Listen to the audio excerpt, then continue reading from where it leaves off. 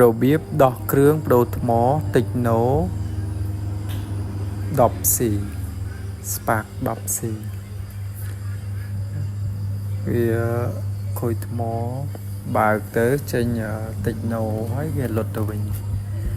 បើកទៅចេញតិចណូមកផ្លែតទៅលុតទៅវិញហ្នឹងបានន័យថាវាខូចថ្មហើយឥឡូវយើងចាប់ផ្ដើមដោះគ្រឿងវាប្ដូរថ្មយើងចាក់ជើងស៊ីមវាចេញមកហើយលូកកញ្ចក់ដៃចូលកន្លែងចាក់ជើងស៊ីមគាស់ខ្នងក្រោយវាចេញមកលូកកញ្ចក់ដៃគាស់ប្រហើបស្នាប់ខ្នងក្រោយវាពាត់មកជុំមកគាស់ឲ្យគ្រប់កន្លែងវាមកទាំងលើទាំងក្រោមមកពាត់វាមកដេញវាឡើងលើរហូតមកពាត់មកជុំឲ្យដេញឡើងលើមកបើមុនហ្នឹងយើងសួរគាស់ដែរខ្ញុំអត់ប្រើជើងស៊ីមឲ្យគាស់មកយើងគាស់ហើយវាចេញតាមក្រោមមុនមក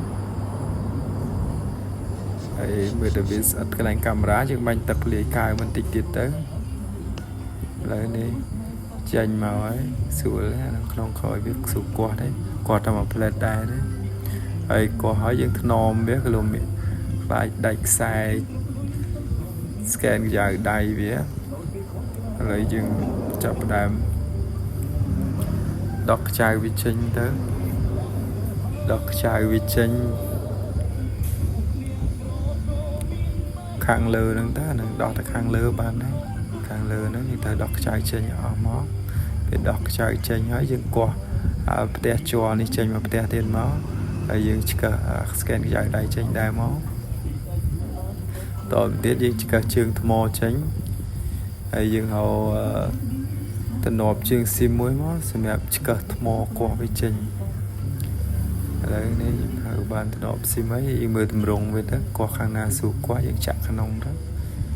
ចាក់ហើយហ្នឹងនេះស្រួលគាស់វាពិបាកគាស់យើងបាញ់ទឹកលេខៅថែមបន្តិចទៀតទៅយើងគាស់វាចេញ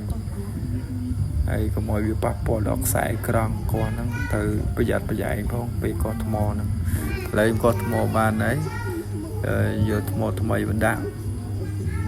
វារាប់យើងរៀបចំវាចូលឲ្យត្រូវមកកັບជើងស្នាប់ថ្មវិញចូលមកកັບជើងស្នាប់ថ្មចូលមកស្រេវាកັບវាឲ្យត្រូវក្លឹះវាហ្នឹងមកឲ្យអប់ណែនមកពេលកັບហើយយើងចុចបើកគ្រឿងវាតេស្តវាទៅថាថ្មថ្មីហ្នឹងវានៅបើកចេញហើយក៏អត់នៅមានភ្លើងហើយក៏អត់ចឹងយើងបើកមកចេញដែរចេញហើយយើងចាប់ផ្ដើមមើលថ្មហ្នឹងវាស្អិតអីក៏អត់ថ្មនេះឃើញថាធូបើយើងដាក់ទៅទាំងអញ្ចឹងវាយើងคลิกคลุกនៅក្នុងទូរស័ព្ទហើយពេលអញ្ចឹងតើយើងដាក់កៅបន្តិចកុំឲ្យវាคลิกคลุกក្នុងទូរស័ព្ទឥឡូវខ្ញុំចាប់ផ្ដើមប្រហើបថ្មចេញបន្តិចដាក់កៅវាតិចឲ្យវាជាប់ថ្មកុំឲ្យវាលាន់คลิกคลุกនៅក្នុងទូរស័ព្ទជួនកាលវាអាចបណ្ដាលឲ្យដបើកជើងថ្មចេញក្រៅបានដែរឥឡូវដាក់កៅ4កន្លែងហ្នឹងមកកັບថ្មពីលើមកឲ្យវាកັບជាមួយកៅឲ្យជាប់កៅទៅកັບថ្មទៅលើកៅហ្នឹងឲ្យវាស្អិតជាប់គ្នាទៅយើងចាប់ផ្ដើមបើកទូរស័ព្ទមើលថាវាចេញអីក៏អត់ឥឡូវនៅចេញហើយយើងចាប់ផ្ដើមចាប់ប្រទះស្នាប់វាចូលរៀបចំចាប់ចូលមុននឹងចាប់ហ្នឹងយើងសម្អាតដីវាតិចទៅព្រោះអីកុំឲ្យមានកតិចដីយើង clear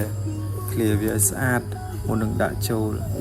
ឲ្យគេប្រើស្រួលប្រើវាមិនសូវមានកតិចដីប្រឡាក់កាមេរ៉ាថតរូបច្បាស់អីចឹងឥឡូវយើងស្រេកັບ scan កយ៉ាវដៃមួយចូលមុនមកហើយនឹងខ្ញុំពិបាកកັບបន្តិចព្រោះវានៅជាប់មួយស្ទះក្នុងក្រោយឥឡូវខ្ញុំកັបវាចូលហើយយើងចាប់ផ្ដើមជូតដីវាបន្តិចទៅតំណម៉ាស៊ីនវាហ្នឹងស្ទះតំណម៉ាស៊ីនវាហ្នឹងយើងរៀបចំដាក់ឲ្យវាត្រូវកលឹះទាំងអស់មកចាប់ផ្ដើម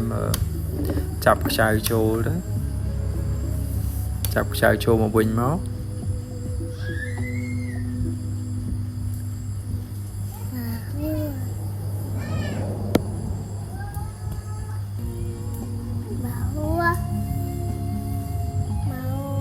បាទ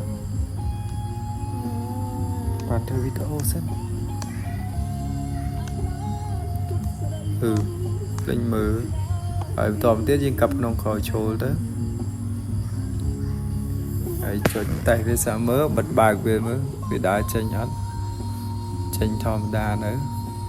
ឡូវវាចេញហើយយើងតែវាមិនស្ទុះទៅឃើញតែវាលុតទៀតឬអត់មានឃើញវាលុតអីទេបាទបដូរថ្មក៏ដល់ទីបញ្ចប់ដែរបាទសូមអរគុណសម្រាប់ការទស្សនាវីដេអូមួយនេះ